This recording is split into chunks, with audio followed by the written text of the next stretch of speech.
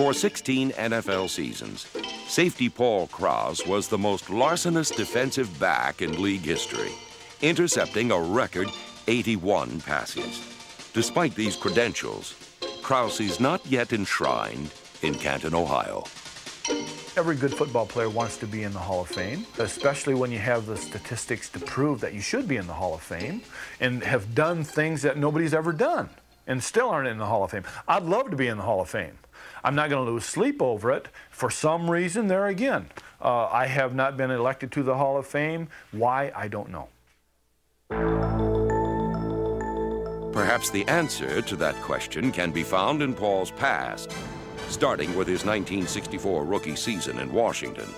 A college All-American in football and baseball, Krause, number 26, transformed his diamond skills to the gridiron, where he set NFL records in his very first year.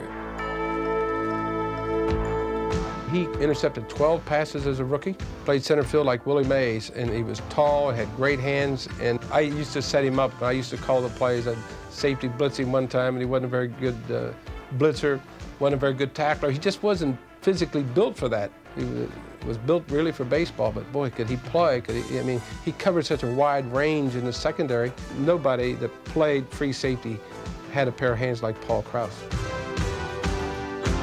I know Paul probably, during the week before you went up against him, studied film. He had to, because he knew your tendencies. He didn't have the quickest lateral movement of free safeties, but he knew where to be at the right time and made a lot of interceptions. He beat us a lot, too.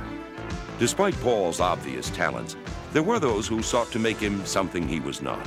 An unfortunate and misguided attempt that eventually forced Krause out of the nation's capital.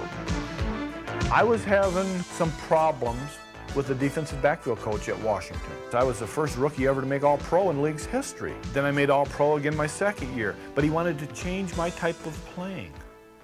And I felt that I couldn't change my type of playing. I was, you know, kind of an offensive defensive back.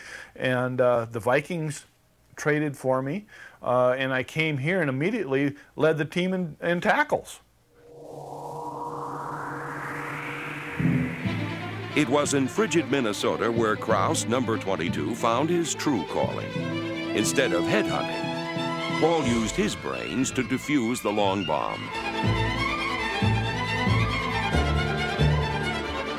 When they threw that long pass, everybody would turn around and say, "Krause," because we knew that he was our last line of defense, and he'd always come through. In those days, we had a great front four, great linebackers, great cornerbacks. We had people to stop the runs. We needed people back there like Krause with the hands and with the intelligence to hawk that ball. And he was a good ball hawk.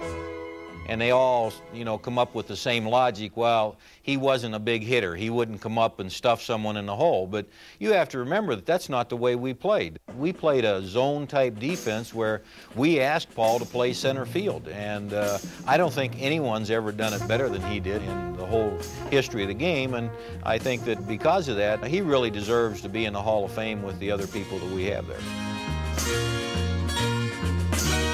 There's more to football games than just tackling.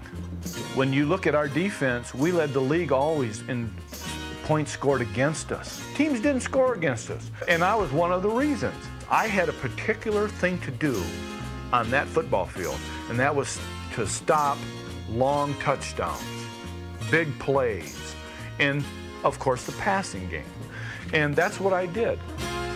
Krause also employed his surgical grip as a holder on kicks, providing enough athletic skill to enhance the scoring potential of the Vikings' field goal formation.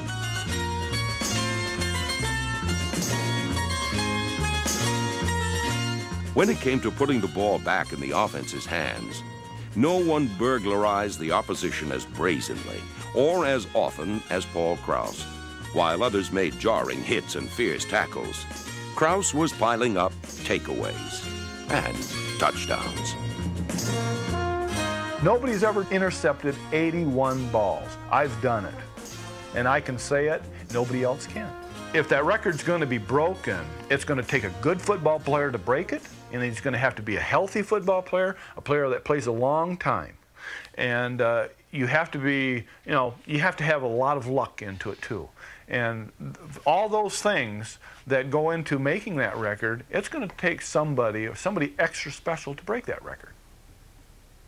Probably a Hall of Famer. And if it is, God bless him.